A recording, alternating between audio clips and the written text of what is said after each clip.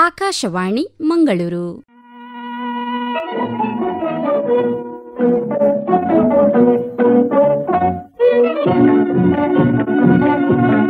ಯುವವಾಣಿ. ಯುವ ಕೇಳುಗರಿಗೆ ವಂದನೆಗಳು ಹಾಗೂ ಇಂದಿನ ಕಾರ್ಯಕ್ರಮಕ್ಕೆ ಆತ್ಮೀಯ ಸ್ವಾಗತ.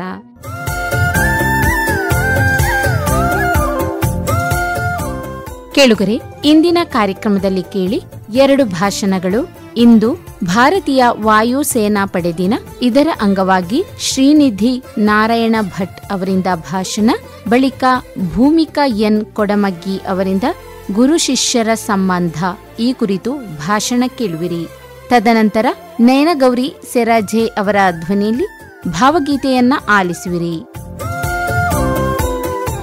ಕಾರ್ಯಕ್ರಮದ ಮೊದಲಿಗೆ ಕೇಳಿ, ಇಂದು ಭಾರತೀಯ ವಾಯುಸೇನಾ ಪಡೆ ದಿನ. ಇದರ ಅಂಗವಾಗಿ ಮಾತನಾಡುತ್ತಾರೆ ಶ್ರೀನಿಧಿ ನಾರಾಯಣ ಭಟ್ ಅವರು. ಭಾರತದಲ್ಲಿ ವಾರ್ಷಿಕವಾಗಿ ಅಕ್ಟೋಬರ್ 8ರಂದು ಆಚರಿಸಲಾಗುವ ವಾಯುಪಡೆಯ ದಿನವು ರಾಷ್ಟ್ರದ ಭದ್ರತೆ ಮತ್ತು ಸಾರ್ವಭೌಮತ್ವಕ್ಕೆ ಭಾರತೀಯ ವಾಯುಪಡೆಯ ಶೌರ್ಯ, ಸಮರ್ಪಣೆ ಮತ್ತು ಕೊಡುಗೆಗಳನ್ನು ಗೌರವಿಸುವ ಮಹತ್ವದ ಸಂದರ್ಭವಾಗಿದೆ. 1932ರಲ್ಲಿ ವಾಯುಪಡೆಯನ್ನು ಸ್ವತಂತ್ರ ಸೇವೆಯಾಗಿ ಸ್ಥಾಪಿಸಿದ ಸ್ಮರಣಾರ್ಥವಾಗಿ ಸ್ಥಾಪಿಸಲಾಯಿತು. ಈ ದಿನವು ವೈಮಾನಿಕ ಬೆದರಿಕೆಗಳ ವಿರುದ್ಧ ರಾಷ್ಟ್ರವನ್ನು ರಕ್ಷಿಸಲು, ಮಾನವೀಯ ನೆರವು ಮತ್ತು ಶಾಂತಿಯನ್ನು ಖಾತ್ರಿಪಡಿಸಲು ಏರ್ಮೆನ್ಗಳ ಬದ್ಧತೆಯ ಜ್ಞಾಪನೆಯಾಗಿ ಕಾರ್ಯನಿರ್ವಹಿಸುತ್ತದೆ. ಭಾರತೀಯ ವಾಯುಪಡೆಯು ಅಕ್ಟೋಬರ್ 8, 1932ರಂದು ಬ್ರಿಟಿಷ್ ರಾಜ್ ಅಡಿಯಲ್ಲಿ ರಚನೆಯಾಯಿತು. ಆರಂಭದಲ್ಲಿ 6 ಪೈಲಟ್ಗಳು ಮತ್ತು 22 ವಿಮಾನಗಳ ಸಣ್ಣ ಪಡೆಯನ್ನು ಒಳಗೊಂಡಿತ್ತು. ದಶಕಗಳಲ್ಲಿ ಇದು ಅತ್ಯಾಧುನಿಕ ತಂತ್ರಜ್ಞಾನ, ಅತ್ಯಾಧುನಿಕ ವಿಮಾನ ಮತ್ತು ರಾಷ್ಟ್ರೀಯ ರಕ್ಷಣೆಗೆ ಬಲವಾದ ಬದ್ಧತೆಯೊಂದಿಗೆ ಅಸಾಧಾರಣ ಶಕ್ತಿಯಾಗಿ ರೂಪಾಂತರಗೊಂಡಿದೆ. 1965 ಮತ್ತು 1971ರ ಇಂಡೋ ಪಾಕಿಸ್ತಾನ ಯುದ್ಧಗಳು, 1999ರಲ್ಲಿ ಕಾರ್ಗಿಲ್ ಸಂಘರ್ಷ ಮತ್ತು ಜಗತ್ತಿನಾದ್ಯಂತ ವಿವಿಧ ಶಾಂತಿಪಾಲನಾ ಕಾರ್ಯಾಚರಣೆಗಳು ಸೇರಿದಂತೆ ಹಲವಾರು ಮಹತ್ವದ ಮಿಲಿಟರಿ ಕಾರ್ಯಾಚರಣೆಗಳಲ್ಲಿ ಭಾರತೀಯ ವಾಯುಪಡೆ ನಿರ್ಣಾಯಕ ಪಾತ್ರವನ್ನು ವಹಿಸಿದೆ. ವಾಯುಪಡೆಯ ದಿನ ಕೇವಲ ಆಚರಣೆಯಲ್ಲ, ವಾಯುವಿಹಾರಿಗಳು ಮತ್ತು ಅವರ ಕುಟುಂಬಗಳು ಮಾಡಿದ ತ್ಯಾಗವನ್ನು ಗುರುತಿಸಲು ಇದು ವೇದಿಕೆಯಾಗಿದೆ. ದಿನವು ಸಾಮಾನ್ಯವಾಗಿ ವಿದ್ಯುಕ್ತ ಮೆರವಣಿಗೆಗಳು, ವೈಮಾನಿಕ ಪ್ರದರ್ಶನಗಳು, ವಾಯುಪಡೆ ಕಾರ್ಯಾಚರಣೆಯ ಸಾಮರ್ಥ್ಯಗಳನ್ನು ಪ್ರದರ್ಶಿಸುವ ವಿವಿಧ ಘಟನೆಗಳನ್ನು ಒಳಗೊಂಡಿರುತ್ತದೆ. ಆಕಾಶದ ಭದ್ರತೆಯನ್ನು ಖಚಿತಪಡಿಸಿಕೊಳ್ಳಲು ಆಗಾಗ್ಗೆ ಸವಾಲಿನ ಪರಿಸ್ಥಿತಿಗಳಲ್ಲಿ ದಣಿವರಿಯಲ್ಲದೆ ಕೆಲಸ ಮಾಡುವ ಸಿಬ್ಬಂದಿಗೆ ಕೃತಜ್ಞತೆಯನ್ನು ವ್ಯಕ್ತಪಡಿಸಲು ರಾಷ್ಟ್ರಕ್ಕೆ ಇದು ಒಂದು ಅವಕಾಶವಾಗಿದೆ. ವಾಯುಪಡೆಯ ದಿನದಂದು ವೈಮಾನಿಕ ಪ್ರದರ್ಶನಗಳು ಹೈಲೈಟ್ ಆಗಿದ್ದು, ಸುಧಾರಿತ ಫೈಟರ್ ಜೆಟ್ಗಳಿಂದ ಹಿಡಿದು ವಿಮಾನಗಳನ್ನು ಒಳಗೊಂಡಿದೆ. ಈ ಪ್ರದರ್ಶನಗಳು ಭಾರತೀಯ ವಾಯುಪಡೆಯ ಸಾಮರ್ಥ್ಯಗಳನ್ನು ಪ್ರದರ್ಶಿಸುತ್ತವೆ. 5 ವರ್ಷಗಳ ತರಬೇತಿ, ಶಿಸ್ತು ಮತ್ತು ತಾಂತ್ರಿಕ ಪ್ರಗತಿಯನ್ನು ಪ್ರತಿಬಿಂಬಿಸುತ್ತದೆ. ಈ ಘಟನೆಯು ವೈಮಾನಿಕ ಶಕ್ತಿಯಲ್ಲಿ ಆಧುನೀಕರಣದ ಪ್ರಾಮುಖ್ಯತೆಯನ್ನು ಒತ್ತಿ ಹೇಳುತ್ತದೆ. ಭಾರತೀಯ ವಾಯುಸೇನೆಯ ಮುಖ್ಯ ಉದ್ದೇಶಗಳೆಂದರೆ ದೇಶದ ಭದ್ರತೆ. ವಾಯುಸೇನೆಯ ಪ್ರಮುಖ ಕರ್ತವ್ಯವು ದೇಶದ ಆಕಾಶ ವಲಯವನ್ನು ರಕ್ಷಿಸುವುದು ಮತ್ತು ತಡೆಯುವುದು ಹಾಗೂ ಶತ್ರು ದೇಶಗಳಿಂದಾಗುವ ವೈಮಾನಿಕ ಆಕ್ರಮಣಗಳನ್ನು ವಿರೋಧಿಸುವುದು. ಮಾನವೀಯ ಕಾರ್ಯಗಳು: ನಾಡಿನ ಯಾವುದೇ ಆತಂಕ ಅಥವಾ ಪ್ರಕೃತಿ ವಿಪತ್ತಿನಲ್ಲಿ ಕಾರ್ಯಾಚರಣೆ ಮಾಡುವುದು. ಉದಾಹರಣೆಗೆ, ಬಾಡಿಗಟ್ಟಿದ ಪ್ರದೇಶಗಳಲ್ಲಿ ಅನಾರೋಗ್ಯ ರಕ್ಷಣಾ ಕಾರ್ಯಗಳು ಮತ್ತು ವಿಪತ್ತು ನಿರ್ವಹಣಾ ಕಾರ್ಯಗಳು. ವೈಮಾನಿಕ ಪ್ರವೃತ್ತಿಗಳ ಸಮರ್ಥನೀಯ ಮತ್ತು ಶ್ರೇಷ್ಠ ವೈಮಾನಿಕ ಕಾರ್ಯಕ್ಷಮತೆ ಬಂಡವಾಳವಾಗಿಸುವುದು. ವಾಯುಪಡೆಯ ದಿನವು ರಾಷ್ಟ್ರದ ಯುವಕರನ್ನು ಪ್ರೇರೇಪಿಸುತ್ತದೆ.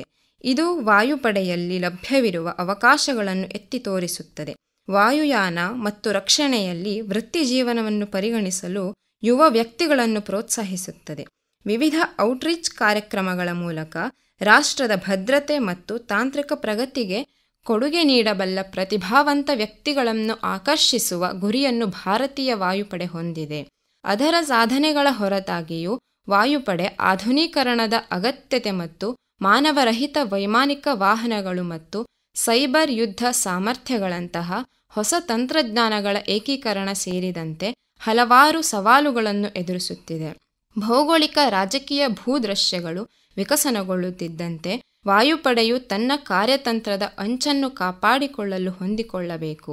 ಕಾರ್ಯಾಚರಣೆಯ ದಕ್ಷತೆ ಮತ್ತು ನಾವೀನ್ಯತೆಯನ್ನು ಹೆಚ್ಚಿಸಲು ಖಾಸಗಿ ವಲಯದ ಸಹಯೋಗದೊಂದಿಗೆ ಸಂಶೋಧನೆ ಮತ್ತು ಅಭಿವೃದ್ಧಿಯಲ್ಲಿ ಹೂಡಿಕೆಗಳು ಅತ್ಯಗತ್ಯ.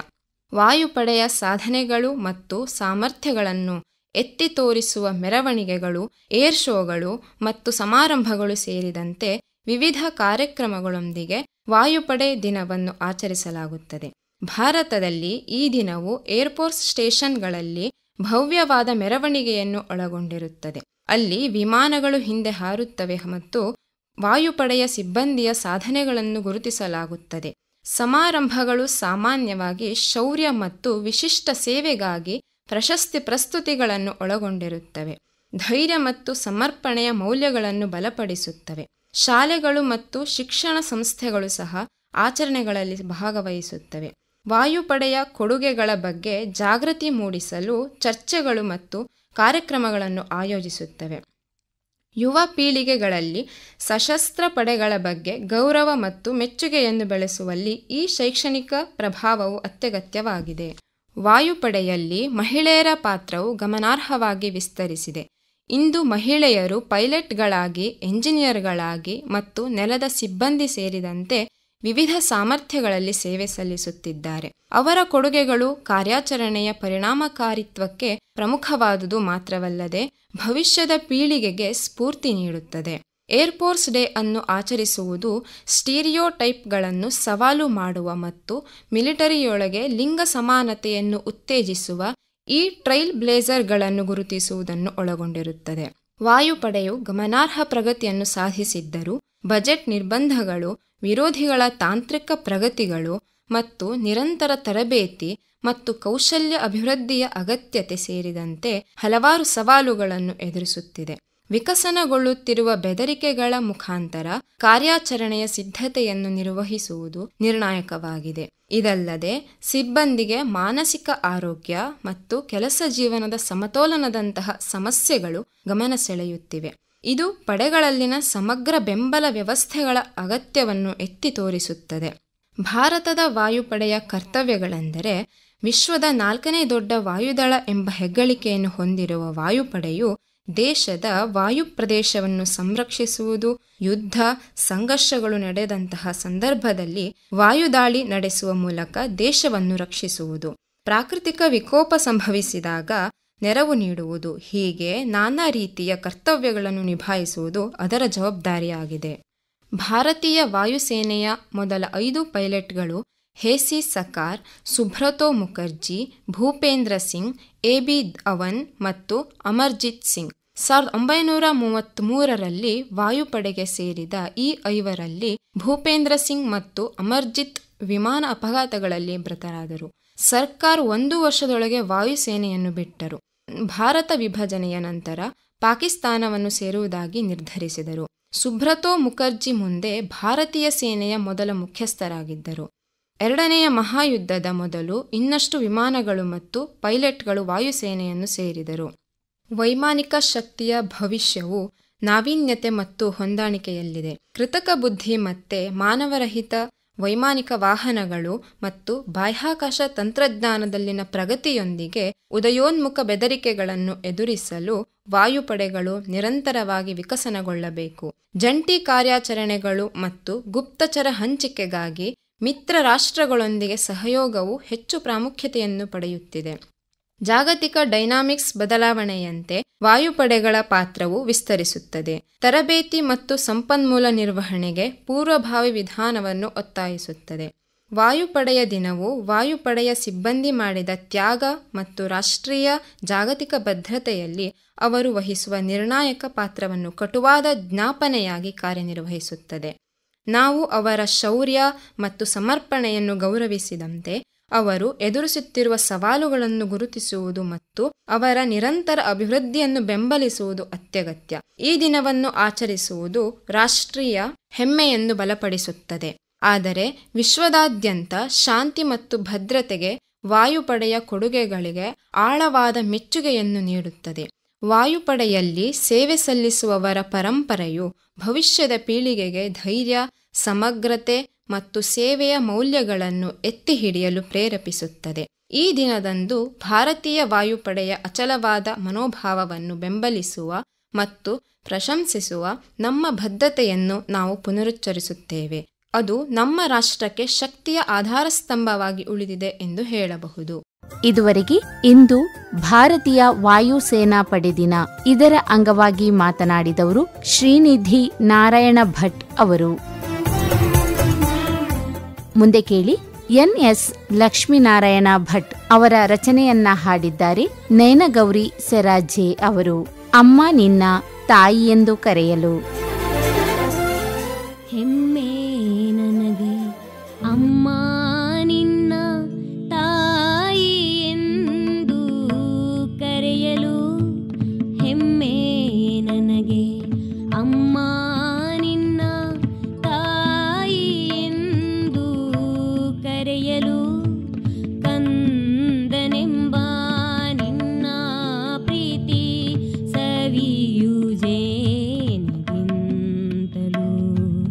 ಸವಿಯು ಜೇನಿಗಿಂತಲೂ ಹೆಮ್ಮೆ ನನಗೆ ಅಮ್ಮ ನಿನ್ನ ತಾಯಿ ಎಂದು ಕರೆಯಲು.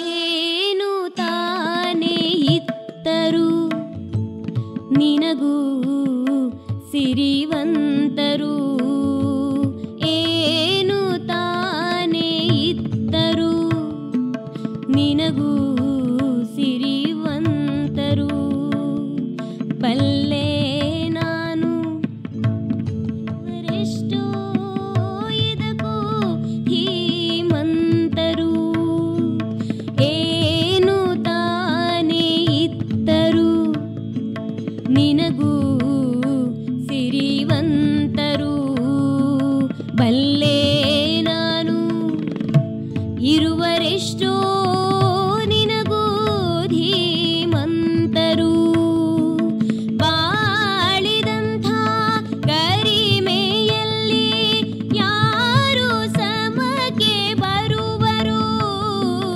ಬಾಳಿದಂಥ ಗರಿಮೆಯಲ್ಲಿ ಯಾರು ಸಮಕ್ಕೆ ಬರುವರು, ತಾಯಿ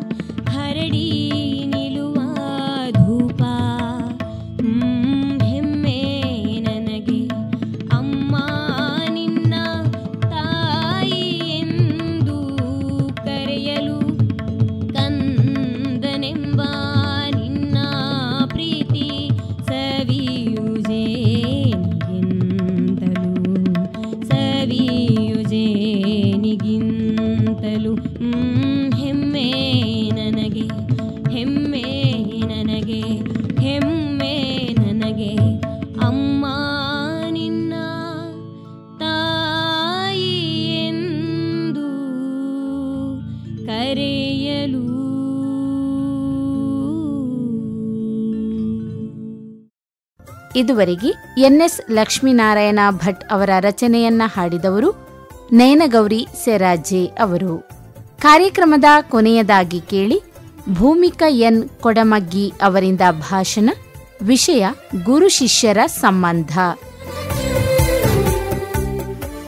ಮಡಿಕೆಯ ಮಾಡುವಡೆ ಮಣ್ಣೇ ಮೊದಲು, ತೊಡುಗೆಯ ಮಾಡುವಡೆ ಹೊನ್ನೇ ಮೊದಲು, ಶಿವ ಪಥವನರಿವಡೆ ಗುರುಪಥವೇ ಮೊದಲು, ಕೂಡಲ ಸಂಗಮ ದೇವನರಿವಡೆ ಶರಣರ ಸಂಘವೇ ಮೊದಲು. ಸಂಘದ ಮಹತ್ವವನ್ನು ಕೆಲವು ನಿದರ್ಶನಗಳ ಮೂಲಕ ಬಸವಣ್ಣನವರು ನೀಡಿದ್ದಾರೆ. ಕುಂಬಾರ ತಯಾರು ಮಾಡುವ ಮಡಿಕೆಯ ಮೂಲ ವಸ್ತು ಮಣ್ಣು, ಆಭರಣ ಮಾಡಲು ಬೇಕಾದ ಮೂಲ ವಸ್ತು ಚಿನ್ನ. ಅದರಂತೆ ಶಿವಪಥದಲ್ಲಿ ಸಾಗಬೇಕೆನ್ನುವ ಭಕ್ತನಿಗೆ ಗುರುವಿನ ಮಾರ್ಗದರ್ಶನ ಬೇಕು. ಗುರು ಮತ್ತು ಶಿಷ್ಯ ಎರಡು ಕಣ್ಣುಗಳಿದ್ದಂತೆ. ಒಬ್ಬನೇ ವ್ಯಕ್ತಿ ಶಿಷ್ಯನೂ ಆಗಬಲ್ಲ, ಗುರುವೂ ಆಗಬಲ್ಲ. ಒಂದು ಕಣ್ಣಿಗೆ ಹೂನವಾದರೂ ಗುರು ಶಿಷ್ಯರ ಸಂಬಂಧಕ್ಕೆ ಪೆಟ್ಟು ಬೀಳುವುದು. ಇಬ್ಬರಲ್ಲೂ ಅನ್ಯೂನ್ಯ ಸಂಬಂಧ ಇದ್ದಾಗ ಇವರ ಬಾಂಧವ್ಯಕ್ಕೆ ಧಕ್ಕೆ ಉಂಟಾಗುವುದಿಲ್ಲ. ನೋಡಲು ಸಾಧಾರಣವಾದ ಕನ್ನಡದ 4 ಅಕ್ಷರಗಳು ಅಥವಾ 2 ಪದಗಳು. ಆದರೆ ತ್ರೇತಾಯುಗದ ಕಾಲದಿಂದಲೂ ಪ್ರಸ್ತುತ ಕಲಿಯುಗದವರೆಗೂ ಈ ಗುರು ಶಿಷ್ಯರ ಸಂಬಂಧ ಅಗಾಧವಾದಂಥದ್ದು, ಅಸಾಧಾರಣವಾದಂಥದ್ದು. ಜಗತ್ತಿನ ಶ್ರೇಷ್ಠ ಹಾಗೂ ಪವಿತ್ರವಾದಂತಹ ಈ ಗುರು ಶಿಷ್ಯರ ಸಂಬಂಧದ ಮಹತ್ವದ ಬಗ್ಗೆ ಮಾತನಾಡಲು ಎಲ್ಲಿಲ್ಲದ ಭಾವನೆಗಳು ನನ್ನಲ್ಲಿ. ಒಂದು ರೀತಿಯ ಹೆಮ್ಮೆ, ಪ್ರೀತಿ, ಸಂತೋಷ, ಹುಮ್ಮಸ್ಸು. ಈ ಸಂಬಂಧದ ಬಗ್ಗೆ ಹೇಳಲು ಸಮಯ ಸಾಕಾಗುವುದಿಲ್ಲ. ಆದರೂ ಸಿಕ್ಕ ಅಲ್ಪ ಸಮಯದಲ್ಲಿ ಈ ಗುರು ಶಿಷ್ಯರ ಸಂಬಂಧದ ಮಹತ್ವವನ್ನು ಹೇಳುತ್ತೇನೆ. ಭಕ್ತನಾದೆಡೆ ಬಸವಣ್ಣನಂತಾಗಬೇಕು, ಜಂಗಮವಾದೆಡೆ ಪ್ರಭುದೇವರಂತಾಗಬೇಕು ಎನ್ನುವ ಆಶಯ ದುಗ್ಗಳೆಯವರ ವಚನದಲ್ಲಿದೆ. ಬಸವಣ್ಣನವರು ಶಿಷ್ಯ, ಪ್ರಭುದೇವರು ಗುರು. ಗುರು ಶಿಷ್ಯರ ಬಾಂಧವ್ಯ ಹೇಗಿರಬೇಕು ಎನ್ನುವುದಕ್ಕೆ ಇದೊಂದು ಉತ್ತಮ ನಿದರ್ಶನ. ಪ್ರಭುದೇವರು ಯಾವುದಕ್ಕೂ ಅಂಟಿಕೊಳ್ಳದ ನಿರ್ಲಿಪ್ತರು. ಅಜ್ಞಾನದಲ್ಲಿ ಮುಳುಗಿದ್ದ ಶಿಷ್ಯರ ಬಳಿ ತಾವೇ ಹೋಗಿ ಅವರ ಅಜ್ಞಾನ ನಿವಾರಿಸುವರು. ಒಮ್ಮೆ ಗೊಗ್ಗಯ್ಯನ ಬಳಿ ಹೋದಾಗ ಅವನ ತೋಟ ನೋಡಿ, ಕೇವಲ ಬಾಹ್ಯ ತೋಟ ಮಾಡಿದರೆ ಸಾಲದು, ಅಂತರಂಗದಲ್ಲೂ ಒಂದು ಸುಂದರ ತೋಟ ಮಾಡಬೇಕು ಎನ್ನುವರು. ನಾನೂ ಒಂದು ತೋಟ ಮಾಡಿದ್ದೇನೆ. ತನುವೇ ಎನ್ನ ತೋಟ, ಮನವೇ ಎನ್ನ ಗುದ್ದಲಿ. ಅದರಿಂದ ಭ್ರಾಂತಿಯ ಬೇರನ್ನು ಅಗೆದು ತೆಗೆದು ಹಾಕಬೇಕು. ಅಂದರೆ ವ್ಯಕ್ತಿ ತನ್ನ ಅಂತರಂಗವನ್ನು ತೋಟವನ್ನಾಗಿ, ಮನಸ್ಸನ್ನು ಗುದ್ದಲಿಯನ್ನಾಗಿ ಮಾಡಿಕೊಂಡು ಅಲ್ಲಿರುವ ಕಾಮ, ಕ್ರೋಧ, ಲೋಭ ಇತ್ಯಾದಿ ಭ್ರಾಂತಿಯ ಬೇರನ್ನು ಅಗೆದು ಹಾಕಬೇಕು. ಇದು ಪ್ರಭುದೇವರು ಗೊಗ್ಗಯ್ಯನಿಗೆ ನೀಡಿದ ಮಾರ್ಗದರ್ಶನ. ಶಿಷ್ಯನಲ್ಲಿರುವ ಭ್ರಾಂತಿಯನ್ನು ಸರಿಯಾದ ಜ್ಞಾನದ ಮೂಲಕ ನಿವಾರಿಸುವ ಕಾರ್ಯವನ್ನು ಗುರು ಮಾಡಬೇಕು. ಆಗಲೇ ಅವರ ಸಂಬಂಧ ಗಟ್ಟಿಗೊಳ್ಳುವುದು. ಗುರುವಿನ ಅಹಂಕಾರಕ್ಕೆ ಉದಾಹರಣೆಯಾಗಿ ಒಂದು ಕತೆ. ಆಕಸ್ಮಿಕ ಮರಣಕ್ಕೆ ತುತ್ತಾದ ಅಜಗಣ್ಣನ ತಲೆಯನ್ನು ತೊಡೆಯ ಮೇಲಿಟ್ಟುಕೊಂಡು ಮುಕ್ತಾಯಕ್ಕ ದುಃಖಿಸುತ್ತಿದ್ದಾಳೆ. ಅದನ್ನು ಕಂಡ ಪ್ರಭುದೇವರು ಅಂಗೈಯೊಳಗೊಂದು ಅರಳದ ತಲೆಯ ಹಿಡಿದುಕೊಂಡು ಕಂಗಳ ಮುತ್ತ ಪವಣಿಸುವ ತಾಯೇ ನೀನಾರು ಹೇಳ ಎಂದು ಕೇಳುವರು. ಪ್ರಶ್ನೆಗಳ ಮೂಲಕವೇ ಮುಕ್ತಾಯಕ್ಕನ ಸಂಶಯಗಳನ್ನು ನಿವಾರಿಸಿ ಅರಿವಿನ ಕಣ್ಣು ತೆರೆಸುವವರು. ಶಿವಯೋಗಿ ಸಿದ್ದರಾಮೇಶ್ವರರಿಗೆ ತನ್ನಂತ ಕರ್ಮಯೋಗಿ, ಶಿವಯೋಗಿ ಮತ್ತೊಬ್ಬರಿಲ್ಲ ಎನ್ನುವ ಅಹಂ ಮತ್ತು ಭ್ರಮೆ, ಹಣೆಗಣ್ಣಿತ್ತು ಎಂಬ ಪ್ರತೀತವೂ ಅವರಿಗಿತ್ತು. ನನ್ನ ಶಿಷ್ಯರೆದುರೇ ನನ್ನನ್ನು ಒಡ್ಡರ ಗುರು ಎಂದು ಪ್ರಭುದೇವರು ನಿಂದಿಸಿದ್ದನ್ನು ತಿಳಿದು ಸಿಡಿಮಿಡಿಗೊಳ್ಳುವರು. ಅಲ್ಲಮ್ಮ ಪ್ರಭುನನ್ನು ಸುಟ್ಟು ಬೂದಿ ಮಾಡುವೆ ಎಂದು ಹಣೆಗಣ್ಣನ್ನು ತೆರೆದು ಬೆಂಕಿಯ ಜ್ವಾಲೆಯನ್ನು ಹೊರಹಾಕುವರು. ಆ ಬೆಂಕಿಯ ಜ್ವಾಲೆಯಿಂದ ಅಲ್ಲಮ ಪ್ರಭು ಸುಟ್ಟು ಬೂದಿಯಾಗುವನೆಂಬ ಭ್ರಮೆ ಸಿದ್ದರಾಮೇಶ್ವರರಿಗೆ ಇತ್ತು. ಆದರೆ ಪ್ರಭು ಆ ಜ್ವಾಲೆಯನ್ನು ತನ್ನ ಅಂಗಾಲ ಕಣ್ಣಿನಲ್ಲಿ ಅಡಗಿಸಿಕೊಂಡರಂತೆ. ಅಂದರೆ ಸಿದ್ದರಾಮೇಶ್ವರರ ಅಹಂ ಅಡಗಿಸಿ ಅವರಲ್ಲಿ ವಿನಯ, ವಿವೇಕ ಉದಯವಾಗುವಂತೆ ಮಾಡಿದರು. ಗುರುವಾದವನು ಲೌಕಿಕ ವಿಷಯ ವಾಸನೆಗಳಿಗೆ ಅಂಟಿಕೊಳ್ಳದೆ ಅಹಂಕಾರ ತ್ಯಜಿಸಬೇಕು. ಮಾತು ಜ್ಯೋತಿರ್ಲಿಂಗವಾಗಿರಬೇಕು. ಕೋಪ ತಾಪಗಳಿಂದ ಮುಕ್ತವಾಗಬೇಕು. ಅರಿವು, ಆಚಾರ, ವಿಚಾರ, ಸಂಸ್ಕೃತಿ ಒಂದಾಗಿರಬೇಕು. ಶಿಷ್ಯನ ಅಜ್ಞಾನ ನಿವಾರಿಸಿ ಅವನಲ್ಲಿ ಜ್ಞಾನದ ಜ್ಯೋತಿಯನ್ನು ಬೆಳಗಬೇಕು. ಜ್ಞಾನದ ಬಲದಿಂದ ಅಜ್ಞಾನದ ಕೇಡ ನೋಡಯ್ಯ, ಜ್ಯೋತಿಯ ಬಲದಿಂದ ತಮಂದದ ಕೇಡ ನೋಡಯ್ಯ ಎನ್ನುವಂತೆ ಗುರು ತನ್ನ ಶಿಷ್ಯನ ಅಜ್ಞಾನ ಕಳೆಯಬೇಕು. ಇಲ್ಲವಾದರೆ ಆತ ಗುರುವಾಗುವುದಿಲ್ಲ. ಅಜ್ಞಾನ, ಅಂಧಕಾರ ದೂರ ಮಾಡಿಕೊಳ್ಳದಿದ್ದರೆ ಶಿಷ್ಯನಾಗುವುದಿಲ್ಲ. ಗುರು ಶಿಷ್ಯರ ನಡುವೆ ಅಜ್ಞಾನದ ಕತ್ತಲು, ಅಹಂಕಾರದ ಗೋಡೆ ಇದ್ದರೆ ಉಭಯತರೂ ದಾರಿ ತಪ್ಪುವರು. ಈ ನೆಲೆಯಲ್ಲಿ ನಮ್ಮ ಗುರುಗಳಾದ ಶ್ರೀ ಶಿವಕುಮಾರ ಶಿವಾಚಾರ್ಯ ಮಹಾಸ್ವಾಮಿಗಳ ಮಾತೊಂದು ನೆನಪಾಗುವುದು. ಗುರುಗಂಜಿ ಶಿಷ್ಯ, ಶಿಷ್ಯರಿಗಂಜಿ ಗುರು ನಡೆಯಬೇಕು. ಗುರುವಿನ ತಪ್ಪನ್ನು ಶಿಷ್ಯ ತೋರಿಸಿದರೆ ಅದಕ್ಕಾಗಿ ಗುರು ಆತನ ಮೇಲೆ ಮುನಿಸಿಕೊಳ್ಳಬೇಕಾಗಿಲ್ಲ. ಬದಲಾಗಿ ತಪ್ಪನ್ನು ತಿದ್ದಿಕೊಳ್ಳುವ ಮೂಲಕ ಆ ಶಿಷ್ಯನ ಬೆನ್ನು ತಟ್ಟಬೇಕು. ಅದರಂತೆ ಶಿಷ್ಯ ತಪ್ಪು ಮಾಡಿದಾಗ ಅದನ್ನು ತೋರಿಸಿ ತಿದ್ದುವ ಕೆಲಸವನ್ನು ಗುರು ಮಾಡಬೇಕು. ತಪ್ಪನ್ನು ತೋರಿಸಿದನಲ್ಲ ಎಂದು ಗುರು ಶಿಷ್ಯರ ಮೇಲೆ, ಶಿಷ್ಯ ಗುರುವಿನ ಮೇಲೆ ಮುನಿಸಿಕೊಳ್ಳಬಾರದು. ಶಿವಾಚಾರ್ಯ ಸ್ವಾಮಿ ಗುರುಗಳು ಕಾಶಿಯಲ್ಲಿ ಓದುತ್ತಿದ್ದಾಗ ಅವರಿಗೆ ಎಲ್ಲಾ ರೀತಿಯ ಮಾರ್ಗದರ್ಶನ ಮಾಡಿದವರು ಅವರ ಗುರುಗಳಾಗಿದ್ದ ಶ್ರೀ ಗೌರಿನಾಥ ಪಾಠಕರು. ಅವರು ನಮ್ಮ ಗುರುಗಳನ್ನು, ಅಂದರೆ ತಮ್ಮ ಶಿಷ್ಯರನ್ನು ಕುರಿತು ಹೇಳಿದ ಮಾತು ದಿಟ್ಟ ಹೆಜ್ಜೆ ಧೀರ ಕ್ರಮ ಎನ್ನುವುದು ಗುರುಗಳ ಚರಿತ್ರೆಯಲ್ಲಿಯೇ ದಾಖಲಾಗಿದೆ. ಒಳ್ಳೆಯ ಶಿಷ್ಯ ಸಿಕ್ಕರೆ ಗುರು ಗೆದ್ದ ಎನ್ನುವುದು ಗುರುವಿನ ಗೆಲುವು. ಆದರ್ಶ ಶಿಷ್ಯ ಸಿಕ್ಕಾಗ ಅಂಥ ಶಿಷ್ಯರನ್ನು ಆತ ತಯಾರು ಮಾಡದಿದ್ದರೆ ಆ ಗುರು ಸೋತಂತೆ. ಗುರುವಿಗೆ ಆದರ್ಶ ಶಿಷ್ಯನ ಅಗತ್ಯ ಇರುವಂತೆ ಶಿಷ್ಯನಿಗೂ ಆದರ್ಶ ಗುರುವಿನ ಅಗತ್ಯವಿದೆ. ಗುರು ಮೊದಲು ತಾನು ತನ್ನ ಅಜ್ಞಾನ ನಿವಾರಿಸಿಕೊಂಡು ಸುಜ್ಞಾನಿಯಾಗಬೇಕು. ಸುಜ್ಞಾನ ಗುರುವಿನಲ್ಲಿ ಅಹಂಕಾರ, ಕೋಪ, ತಾಪಗಳು ಇರುವುದಿಲ್ಲ. ವಿನಯ, ವಿವೇಕ ಅವನ ಬದುಕಿನಲ್ಲಿ ಅವಿಭಾಜ್ಯ ಅಂಗವಾಗಿರಬೇಕು. ಆಗ ಗುರುವಿಗೆ ವಿಶೇಷ ಮಾನ್ಯತೆ ಬರುವುದು. ಗುರುವು ತಾನು ಗುರುವೆಂದು ಬೀಗದೆ ಶಿಷ್ಯನ ಅಜ್ಞಾನ ನಿವಾರಿಸಿ ಅವನ ಬದುಕಿನಲ್ಲಿ ವಿನಯ, ವಿವೇಕ ಉದಯ ಆಗುವ ಹಾಗೆ ಮಾಡಬೇಕು. ಇದು ನಿಜವಾದ ಗುರುಶಿಷ್ಯರ ಬಾಂಧವ್ಯ. ಗುರುಶಿಷ್ಯರ ಸಂಬಂಧ ಹಿಡಿದ ಕನ್ನಡಿಯಂತಿದೆ. ಕೃತಯುಗದಲ್ಲಿ ಶ್ರೀ ಗುರು ಶಿಷ್ಯಂಗೆ ಬಡಿದು ಬುದ್ಧಿಯ ಕಲಿಸಿದಡೆ ಆಗಲಿ ಮಹಾಪ್ರಸಾದವೆಂದನೆಯ. ತ್ರೇತಾಯುಗದಲ್ಲಿ ಶ್ರೀ ಗುರು ಶಿಷ್ಯಂಗೆ ಬೈದು ಬುದ್ಧಿಯ ಕಲಿಸಿದೆಡೆ ಆಗಲಿ ಮಹಾಪ್ರಸಾದವೆಂದನೆಯ. ದ್ವಾಪರಾಯುಗದಲ್ಲಿ ಶ್ರೀ ಗುರು ಶಿಷ್ಯಂಗೆ ಝಂಕಿಸಿ ಬುದ್ಧಿಯ ಕಲಿಸಿದೆಡೆ ಆಗಲಿ ಮಹಾಪ್ರಸಾದವೆಂದನೆಯ. ಕಲಿಯುಗದಲ್ಲಿ ಶ್ರೀ ಗುರು ಶಿಷ್ಯಂಗೆ ವಂದಿಸಿ ಬುದ್ಧಿಯ ಕಲಿಸಿದೆಡೆ ಆಗಲಿ ಮಹಾಪ್ರಸಾದವೆಂದನೆಯ. ಗುಹೇಶ್ವರ, ನಿಮ್ಮ ಕಾಲದ ಕಟ್ಟಳೆಯ ಕಲಿತನಕ್ಕೆ ನಾನು ಬೆರಗಾದೆನು. ಇಲ್ಲಿ 4 ಯುಗಗಳ ಕಲ್ಪನೆ ಇದೆ. ಇದನ್ನು ಪೌರಾಣಿಕ ಕಲ್ಪನೆಯಲ್ಲಿ ತೆಗೆದುಕೊಳ್ಳಬೇಕಿಲ್ಲ. ಮಾನವನ ಜೀವಿತ ಅವಧಿ 100 ವರ್ಷ, ಅಂದರೆ 4 ವಿಭಾಗ ಮಾಡಬಹುದು. ಪ್ರತಿ 25 ವರ್ಷಕ್ಕೆ 1 ಯುಗ ಎಂದು ಭಾವಿಸಿದರೆ ಸಾಕು. ಕೃತಯುಗದಲ್ಲಿ ಶಿಷ್ಯ ಅಜ್ಞಾನದ ಅಂಧಕಾರದಲ್ಲಿರುತ್ತಾನೆ. ಆಗ ಗುರು ಆತನ ಅಜ್ಞಾನ ನಿವಾರಣೆ ಮಾಡಲು ಸಂದರ್ಭೋಚಿತವಾಗಿ ಬಡಿದು ಬುದ್ಧಿಯ ಕಲಿಸುವನು. ನಾವು ಪ್ರಾಥಮಿಕ ಶಾಲಾ ವಿದ್ಯಾರ್ಥಿಗಳಾಗಿದ್ದಾಗ ಸರಿಯಾಗಿ ಓದು ಬರಹ ಮಾಡದಿದ್ದರೆ ಮೂಲೆಯಲ್ಲಿದ್ದ ಕೋಲಿನಿಂದ ದನಗಳಿಗೆ ಹೊಡೆದಂತೆ ಹೊಡೆಯುತ್ತಿದ್ದರು. ಚಡಿ ಚಂಚಂ ವಿದ್ಯ ಗಂ ಗಂ ಎನ್ನುವ ಮಾತೇ ಜಾರಿಯಲ್ಲಿತ್ತು. ಇದು ಮೊದಲ ಹಂತ. ತ್ರೇತಾಯುಗದಲ್ಲಿ ಆತ ಅಜ್ಞಾನದಿಂದ ಹೊರಬಂದು ಜ್ಞಾನ ಸಂಪಾದನೆ ಮಾಡುವನು. ಆಗ ಗುರು ಹೊಡೆಯುವುದಿಲ್ಲ. ಓದು ಬರಹದಲ್ಲಿ ಆತ ಉದಾಸೀನ ಮಾಡಿದರೆ ಬೈದು ಬುದ್ಧಿಯ ಹೇಳುವನು. ಗುರುಗಳಿಂದ ಬಯಸಿಕೊಳ್ಳಬೇಕಾಯ್ತಲ್ಲ ಎಂದು ಶಿಷ್ಯ ಜಾಗೃತನಾಗುವನು. ದ್ವಾಪರಾಯುಗದಲ್ಲಿ ಬಡಿಯುವುದು, ಬೈಯುವುದು ಅಗತ್ಯ ಬೀಳುವುದಿಲ್ಲ. ತಪ್ಪು ಮಾಡಿದಾಗ ಗುರು ಶಿಷ್ಯನಿಗೆ ಕಣ್ಸನ್ನೆಯ ಮೂಲಕವೇ ಅವನ ಅಜ್ಞಾನ ನಿವಾರಿಸುವನು. ಕಲಿಯುಗದಲ್ಲಿ ಶಿಷ್ಯ ದೈಹಿಕವಾಗಿ, ಬೌದ್ಧಿಕವಾಗಿ, ನೈತಿಕವಾಗಿ, ಆಧ್ಯಾತ್ಮಿಕವಾಗಿ ಗುರುವಿಗಿಂತ 1 ಹೆಜ್ಜೆ ಮುಂದೆ ಸಾಗುವನು. ಶಿಷ್ಯನ ಸಾಧನೆಯನ್ನು ಕಂಡು ಗುರು ಸಂತೃಪ್ತನಾಗಿ ತಾನೇ ಆತನಿಗೆ ವಂದಿಸುವನು.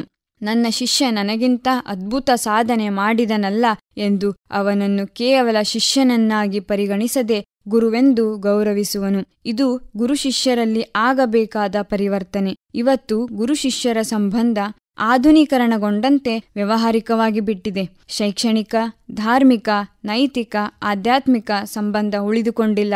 ಗ್ರೀಕ್ನ ತಾತ್ವಿಕ ಸಾಕ್ರಟಿಸ್ ಪ್ರಶ್ನಿಸುವ ಮೂಲಕವೇ ಜನರ ಅಜ್ಞಾನ ಕಳೆದು ಸುಜ್ಞಾನಿಗಳನ್ನಾಗಿ ಮಾಡುತ್ತಿದ್ದರು. ಆದರೆ ಇವತ್ತು ಮನೆ, ಶಾಲೆ, ಮಠ ಹೀಗೆ ಎಲ್ಲೆಡೆ ಪ್ರಶ್ನೆ ಕೇಳುವುದೇ ಅಪರಾಧ ಎನ್ನುವ ವಾತಾವರಣವಿದೆ. ನಾನು ಹೇಳಿದ್ದನ್ನು ಮಾತ್ರ ಕೇಳು ಎಂದರೆ ಆತ ನಿಜ ಗುರು ಅಲ್ಲ. ಹಾಗೆ ಕೇಳಿದರೆ ಆತ ಶಿಷ್ಯನೂ ಅಲ್ಲ. ಶಿಷ್ಯ ಪ್ರಶ್ನೆಗಳನ್ನು ಕೇಳಬೇಕು. ಗುರು ತಾಳ್ಮೆಯಿಂದ ಉತ್ತರ ಕೊಡಬೇಕು. ಗುರುವಾಗಲು ಕಾವಿ ಧರಿಸಬೇಕಿಲ್ಲ, ಮಠದ ಸ್ವಾಮಿಯಾಗಬೇಕಿಲ್ಲ, ಸನ್ಯಾಸಿಯಾಗಬೇಕಿಲ್ಲ. ಬಸವಣ್ಣನವರು ಕಾವಿ ಧರಿಸಲಿಲ್ಲ, ಮಠದ ಸ್ವಾಮಿಗಳಾಗಲಿಲ್ಲ, ಸನ್ಯಾಸಿಯಂತೂ ಮೊದಲೇ ಅಲ್ಲ. ಅನುಭಾವಿ ಅಲ್ಲಮ ಪ್ರಭುಗಳೂ ಸೇರಿದಂತೆ ಅನೇಕ ಶರಣೆಯರು ಬಸವಣ್ಣನವರನ್ನೇ ಗುರುವೆಂದು ಗೌರವಿಸಿದ್ದಾರೆ. ಗುರು ಎನ್ನುವ ಗರ್ವ ಬಸವಣ್ಣನವರಿಗೆ ಎಂದೂ ಬರಲಿಲ್ಲ. ಶಿಷ್ಯನಾದವನು ಗುರುವಿಗೆ ಏನು ಕೊಡಬೇಕು ಎಂಬುದರ ಬಗ್ಗೆ ಬಸವಣ್ಣನವರ ವಚನದಲ್ಲಿ ಇದಕ್ಕೆ ಉತ್ತರ ಇದೆ. ಗುರುವಿಂಗೆ ತನುವ ಕೊಟ್ಟು, ಲಿಂಗಕ್ಕೆ ಮನವ ಕೊಟ್ಟು, ಜಂಗಮಕ್ಕೆ ಧನವ ಕೊಟ್ಟು, ಇಂತಿ ತ್ರಿವಿಧಕ್ಕೆ ತ್ರಿವಿಧವ ಕೊಟ್ಟು ನಾನು ಶುದ್ಧನಾದೆನು ಕಾಣ ಕೂಡಲ ಸಂಗಮ ದೇವ. ಯೋಗ್ಯ ಗುರು ಇದ್ದರೆ ಶಿಷ್ಯ ಆತನ ಸೇವೆ ಮಾಡಬೇಕು. ಗುರು ಕರುಣಿಸಿದ ಜ್ಞಾನವನ್ನು ಮನದಲ್ಲಿಟ್ಟು ಪೂಜಿಸಬೇಕು. ಸನ್ಮಾರ್ಗ ತೋರುವ ಜಂಗಮಕ್ಕೆ ಧನ ನೀಡಬೇಕು. ಇದರಿಂದ ಆತ ತನು ಮನ ಧನ ನೀಡಬೇಕೆಂದು ಬಸವಣ್ಣನವರು ಈ ವಚನದಲ್ಲಿ ಹೇಳಿದ್ದಾರೆ. ಯೋಗ್ಯ ಗುರು ಮತ್ತು ಯೋಗ್ಯ ಶಿಷ್ಯರ ನಡುವೆ ಸಂಬಂಧ ಇದ್ದರೆ ಅಭಿವೃದ್ಧಿ ತನ್ನಿಂದ ತಾನೇ ಆಗುವುದು. ಗುರು ಶಿಷ್ಯನ ನರಜನ್ಮವನ್ನು ಕಳೆದು ಹರಜನ್ಮವನ್ನು ಕರುಣಿಸಬೇಕು. ವಚನವೊಂದು ಗುರು ಶಿಷ್ಯರ ಸಂಬಂಧದ ಪವಿತ್ರತೆಗೆ ಘನತೆಯನ್ನು ನೀಡುತ್ತದೆ. ಆ ವಚನವು ಈ ಕೆಳಗಿನಂತಿದೆ: ನರಜನ್ಮ ತೊಡೆದು ಹರಜನ್ಮವ ಮಾಡಿದ ಗುರುವೇ ನಮೋ, ಭವಬಂಧನವ ಬಿಡಿಸಿ ಪರಮ ಸುಖವ ತೋರಿದ ಗುರುವೇ ನಮೋ. ಈ ಗುರು ಶಿಷ್ಯರ ಸಂಬಂಧದ ಬಗ್ಗೆ ಅಲೆಕ್ಸಾಂಡರ್ ಒಂದು ಮಾತನ್ನು ಹೇಳಿದ್ದಾರೆ: ನನ್ನ ಪೋಷಕರು ನನ್ನನ್ನು ಸ್ವರ್ಗದಿಂದ ಈ ಭೂಮಿಗೆ ತಂದರು, ಗುರುವು ನನ್ನನ್ನು ಈ ಭೂಮಿಯಿಂದ ಸ್ವರ್ಗದೆತ್ತರಕ್ಕೆ ಏರಿಸಿದ. ನನ್ನ ತಂದೆ ನನಗೆ ನಾಶವಾಗುವ ದೇಹವನ್ನು ಸಂಪತ್ತನ್ನು ಕೊಟ್ಟರೆ, ಗುರುವು ಅಮರ ಸಿರಿಯನ್ನು ದಿವ್ಯ ಜೀವನವನ್ನು ಕರುಣಿಸಿದ. ಏನೆಂದು ಮಾಡಲಿ ಗುರುವಿನ ಗುಣಗಾನ, ಅಂಧರಿಗೂ ಬೆಳಕು ತೋರುವುದು ಈ ಅಕ್ಷರ ಜ್ಞಾನ. ತನು ಮನ ದನ ಕೊಟ್ಟರೂ ತೀರದು ಅದರ ಋಣ. ಗುರು ಬದುಕಿಗೆ ದಾರಿ, ಜೀವನಕ್ಕೆ ಜ್ಯೋತಿ, ಪ್ರತಿಯೊಬ್ಬರ ವ್ಯಕ್ತಿತ್ವವನ್ನು ರೂಪಿಸುವ ಮಹಾನ್ ಶಕ್ತಿ ಗುರು. ಇದುವರೆಗೆ ಗುರು ಶಿಷ್ಯರ ಸಂಬಂಧ ಈ ಕುರಿತಾಗಿ ಭೂಮಿಕಾ ಎನ್ ಕೊಡಮಗ್ಗಿ ಅವರಿಂದ ಭಾಷಣವನ್ನ ಕೇಳಿದಿರಿ. ಕೇಳುಗರೆ, ಇದು ಇಂದಿನ ಯುವವಾಣಿ. ಮುಂದಿನ ಕಾರ್ಯಕ್ರಮದಲ್ಲಿ ಭೇಟಿಯಾಗೋಣ. ನಮಸ್ಕಾರ.